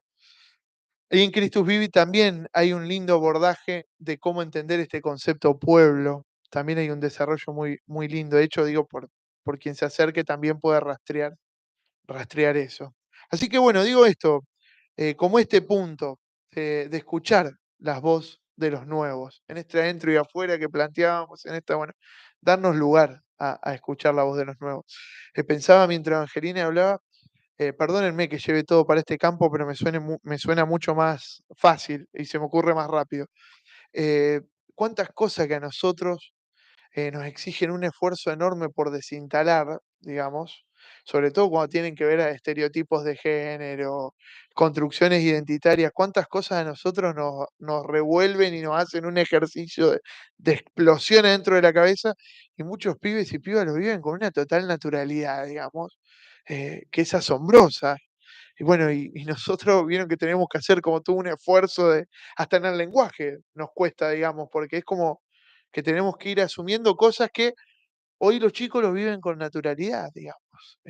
Muchísimo, no sé, me quedo pensando en eso. Esto, bueno, espérennos un poco también, digamos, ante la desesperación. Ahí vamos, pero vamos, digamos, pero vamos, no nos quedemos como esperando que ya van a volver. Vieron que también ese es el otro riesgo, decir, bueno, ya van a volver. Bueno, vamos. El tercer punto del compromiso es promover a la mujer. El tercer punto. En este punto ustedes piensen que hay un pacto que traspasa las barreras de la cultura, de nuestro propio territorio y que es universal. Entonces quizás nosotros estamos asistiendo a un momento donde la reivindicación de los derechos de las mujeres no nos suena como una cosa tan extraña, pero en otros contextos lo es. Y aún acá nosotros seguimos diciendo cuántas deudas todavía quedan por saldar en la reivindicación de los derechos de las mujeres. Y sin embargo, en otros lados todavía esos procesos no empezaron, digamos. Todavía esos procesos no se despertaron. Pero bueno, si lo miramos nosotros, me genera esa pregunta, ¿cuáles son las deudas que todavía tenemos que saldar respecto a la reivindicación de la mujer? ¿Qué lugar ocupa en nuestra institución la mujer? ¿Cuál es el rol? Voy a decir algo que no sé si es políticamente correcto, pero en las instituciones educativas siempre son mayoría, digamos. Generalmente los varones, ahí somos minoría, digamos. Generalmente. Pero yo me quedo pensando de mi experiencia escolar o ahora la escuela en la que acompaño. Digo, pasa al revés. El campo de los talleres es un campo donde hace 2 años entró la primer profesora mujer, digamos, al mundo de los talleres. Entonces, claro, exigió una reconfiguración total de la cultura de los talleres, porque ya no podemos sostener unos chistes que no están bien, no podemos sostener unos comentarios que no están bien. Entonces, bueno, exige todo el tiempo promover el rol de la mujer. ¿Cuál es el rol de la mujer dentro de nuestras instituciones? Digo. Entonces, pero pensándolo en clave de igualdad. Digo, eso lo remarca como varias veces el documento. Pensando en clave de igualdad, caminar hacia una plena igualdad que radica en el hecho de ser humanos. Digo, caminar hacia esa plena. Lo dice Francisco Fratelli Tutti en el punto 26, lo dice con mucha fuerza. Dice, la organización de las sociedades en todo el mundo todavía está lejos de reflejar con claridad que las mujeres tienen exactamente la misma dignidad e idénticos derechos que los varones. Se afirma algo con las palabras, pero las decisiones y la realidad gritan otro mensaje. Es un hecho que doblemente pobres son las mujeres que sufren situaciones de exclusión, maltrato y violencia, porque frecuentemente se encuentran con menores posibilidades de defender sus derechos. Digo, no sé, hay como una potencia enorme para trabajar, me parece, o para pensar comunitariamente. Promover a la mujer. El cuarto punto es responsabilizar a la familia en el proceso educativo, responsabilizar a la familia. Y para quienes estamos en instituciones educativas sabemos que puede ser un problema enorme o una oportunidad, o a veces hay familias que queremos que no se responsabilicen tanto y preferimos que den paso. O sea, es una artesanía la relación institucional con la familia, donde no hay una receta universal, sino que cada familia encierra un vínculo artesanal que tenemos que construir, digamos. Con familias donde a veces preferimos ciertas interrupciones, con familias donde fomentamos y regamos continuidades, con familias que invitamos permanentemente, pero bueno, por eso artesanal, no creo que haya una receta común para el trabajo con la familia. Y familia de amistad social, pero están todas, eso es lo importante, muy bien. Entonces, entender que la familia es el principal educador, el principal sujeto educador. eh, Aun cuando educa o deseduca, si me permiten el neologismo, digamos, pero es el principal agente educador. Eh, Venimos renegando con un montón de situaciones donde, por ejemplo, no hay presencia de la familia. Y bueno, y nos duele, y no podemos dejar que eso pase, digamos, pero a su vez también cuando pasa, bueno, cómo también volvernos familia, cómo también hacernos familia. No sé, me quedo pensando a raíz de algunas situaciones que venimos acompañando. Entonces, los padres, entender que los padres son los principales educadores de los hijos y que nosotros somos coeducadores junto a la familia. Entender que no somos la familia, digamos. Somos coeducadores y corresponsables en la educación con la familia. Entonces, ¿cómo traer a la familia al proceso educativo? Después habrán preguntas que retomaremos en otro momento. El quinto punto es abrirse a la acogida, abrirse a la hospitalidad, podríamos poner como quinto punto. Dice Francisco, en un mundo globalizado aún no se ha alcanzado una igualdad generalizada, sino que se han acentuado, por lo contrario, muchas formas de desequilibrios sociales, económicos y culturales. Muchos se han transformado en sobrantes urbanos, en excluidos, en ciudadanos a medias, ciudadanos de segunda, no ciudadanos.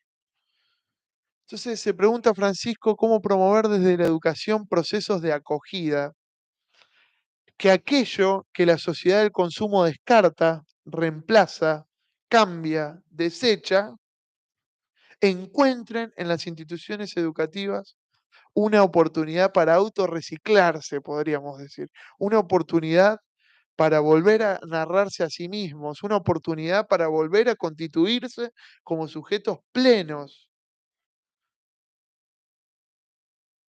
una oportunidad para volver a reinstalar y filiar al sujeto en una ciudadanía plena, una institución educativa capaz de restaurar, capaz de reparar, capaz de volver a coser ese lazo social desgarrado, por ejemplo. Abrirse a la acogida, abrirse a eso nuevo que nos cuestiona, promover la igualdad, volver nuestras instituciones más hospitalarias. Pensar qué lugar tiene nuestra institución, eso que Francisco llamaba las periferias existenciales, pero también las periferias materiales, también las periferias materiales. Pero ¿cuáles son las periferias de nuestra institución? ¿Cuáles son las periferias adentro de nuestra institución? ¿Cuáles son las periferias a las cuales todavía no hemos salido a su encuentro? Digo, porque me gustaría que pensemos juntos este quinto compromiso de abrirse a la acogida de lo de afuera, pero también a lo de adentro. Digo, porque a veces también el discurso nos puede dejar presos de afuera, nos olvida o nos hace prescindir de lo de adentro, y adentro nos explota la realidad, que es más importante que la idea.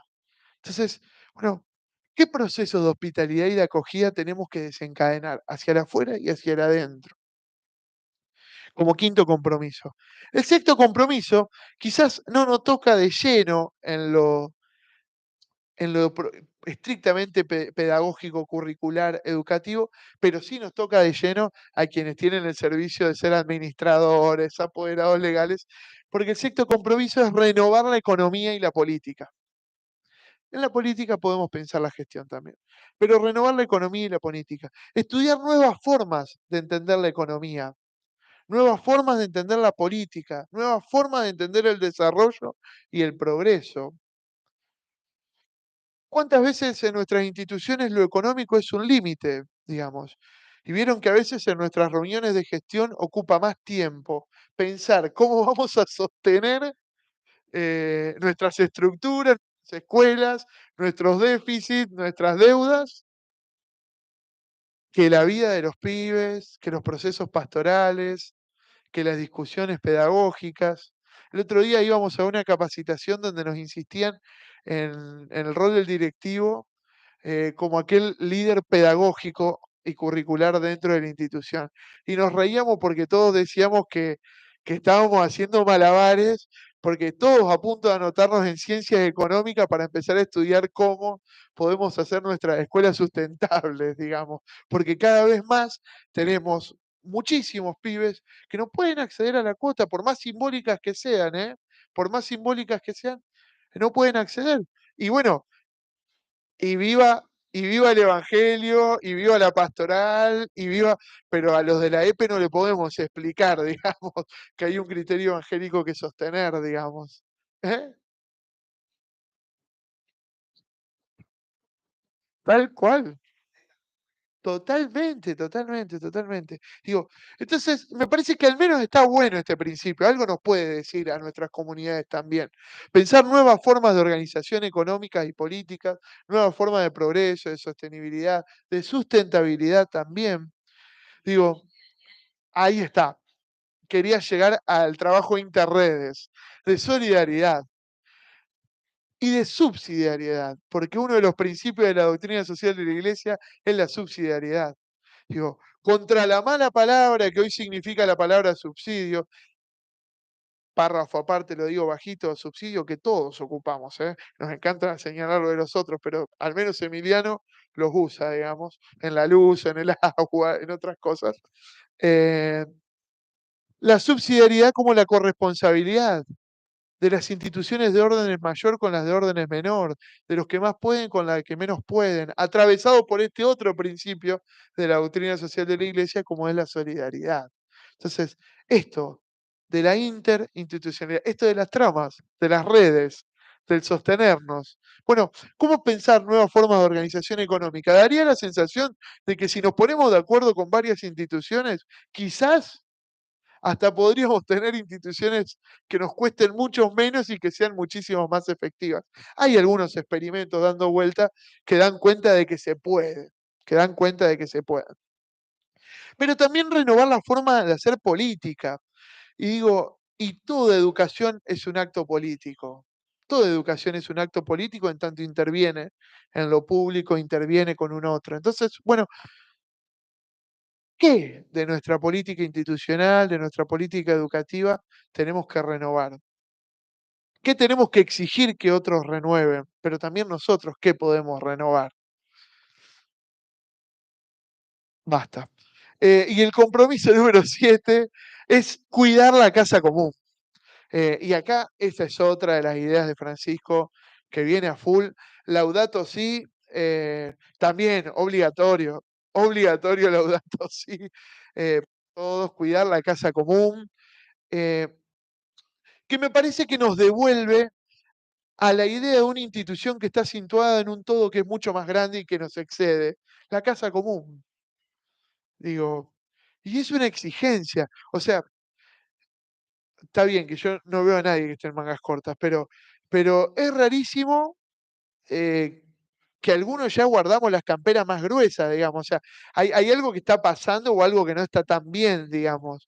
Es que en verano, aquí en Santa Fe, que siempre hizo mucho calor en verano, pero que ahora estemos en temperaturas que son récords, siempre, todos los veranos vamos batiendo récords. Parecemos Usain Bolt, digamos, cuando corría en todas las competencias, todos nuestros veranos vienen metiendo récords. Hay algo que no está bien, entonces, o esperamos que la solución caiga del cielo o nos ponemos manos a la obra. Entonces, ¿cómo nuestros procesos educativos, nuestras instituciones también pueden colaborar con el compromiso de cuidar la casa común? Y no como una cuestión, como algunos vieron que algunos intentan bajarle el precio, no como una cuestión meramente ambientalista, sino como el cuidado de nuestra casa, no hay otra, digamos. O sea que hasta el que no le guste, es decir, porque no hay otra, lo tenés que hacer, digamos. Entonces, ¿cómo pensar esta cuestión de la casa común y a su vez cómo traer también un concepto que a mí me gusta muchísimo, que propone Francisco, que es el de la ecología integral? Cómo promover y fomentar una ecología integral, porque en la ecología integral no está en juego solo la naturaleza, sino que también estamos nosotros en juego como parte de esa ecología, como parte o componente esencial de esa naturaleza.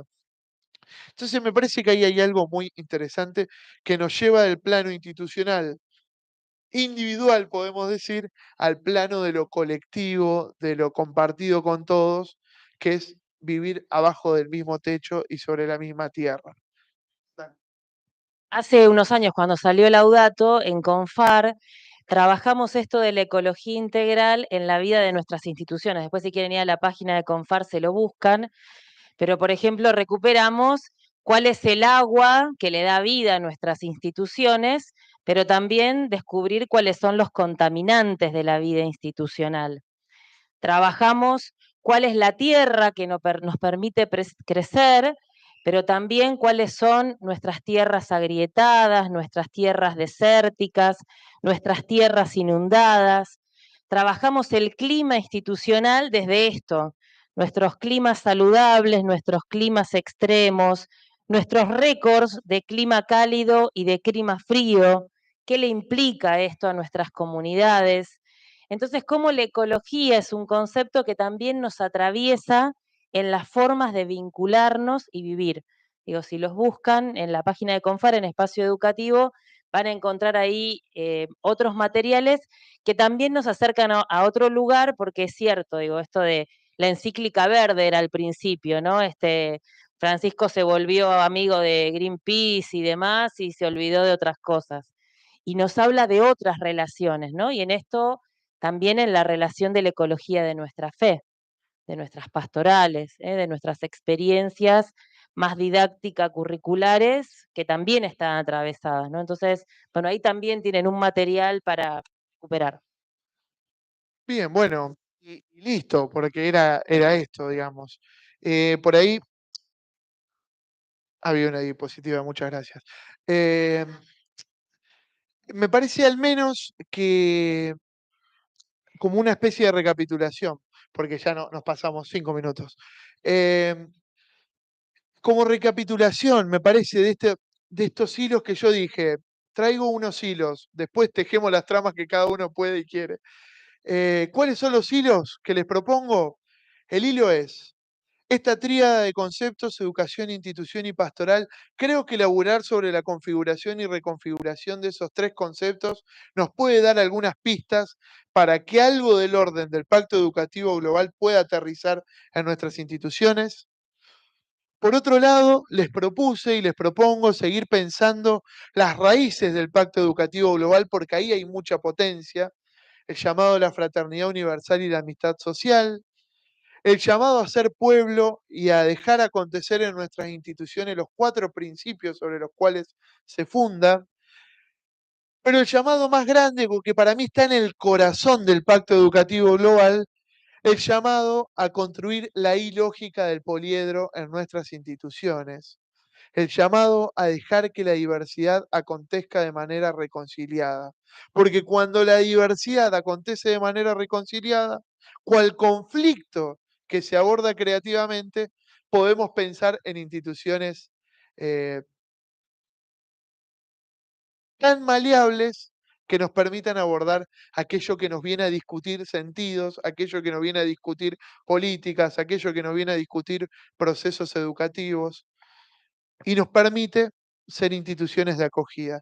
Y por último, como tercer punto, este recorrido por los 7 compromisos del Pacto Educativo Global, que están muy bien desarrollados y explicitados dentro del Vademecum, que está en la carpeta de materiales, pero que yo en el texto lo llené de preguntas, que después con quienes nos quedemos un rato más, la idea es que retomemos algo de eso, pero les dejo, esta es la invitación, que cada uno con creatividad agarre estos hilos y haga lo que pueda, teja aquello que cree que hoy puede tejer desde su realidad, su contexto, su institución, que pueda dotar de sentido estas cosas que pueden ser muy lindas, pero que nos exigen un paso del orden del discurso al orden de la praxis. Y si nos exigen el orden de la praxis, nos exigen un doble movimiento. Los pies en la tierra para que lo real nos afecte, pero el corazón y la mirada puesto en el cielo porque sabemos que hay un horizonte mucho más grande que nos excede y sabemos que hay unos principios mucho más grandes que nos atraviesan, que es la esperanza de una buena noticia y de un reino donde, como dijo Francisco, todos vamos a tener lugar. Bueno, hacia ahí caminamos. Ojalá que esto nos ayude a pensar esos pasos. Gracias, Chau. Bueno, un gracias grande, Emiliano, en esta primera parte que vamos a compartir. Les damos las gracias también a todos los que nos están acompañando desde las redes y que siguen sosteniendo también este espacio desde distintos lugares del país, ¿no? Que podemos llegar en este tiempo. Entonces nos organizamos así. Hacemos un cortecito ahora, allá en el fondo tenemos para hacernos un cafecito, un té, un mate cocido, una galletita, charlar un poquito más y a eso de las 10:30, 11:30, ¿te parece? Sí, media horita, un poquito más. Nos volvemos a reunir para la segunda parte. 2 cositas, el material después se los vamos a mandar todo. Entonces, hay gente a la que yo ya le mandé en forma directa el material. A quienes no se los mandé por WhatsApp se acercan a mí y los agendo para poder hacerlo. Y después ustedes saben que este es un espacio gratuito que nos vamos sosteniendo entre todos para la parte organizativa. Allá hay una canastita que en paz y libertad, el que quiere, el que puede, deja algo si quiere y si puede.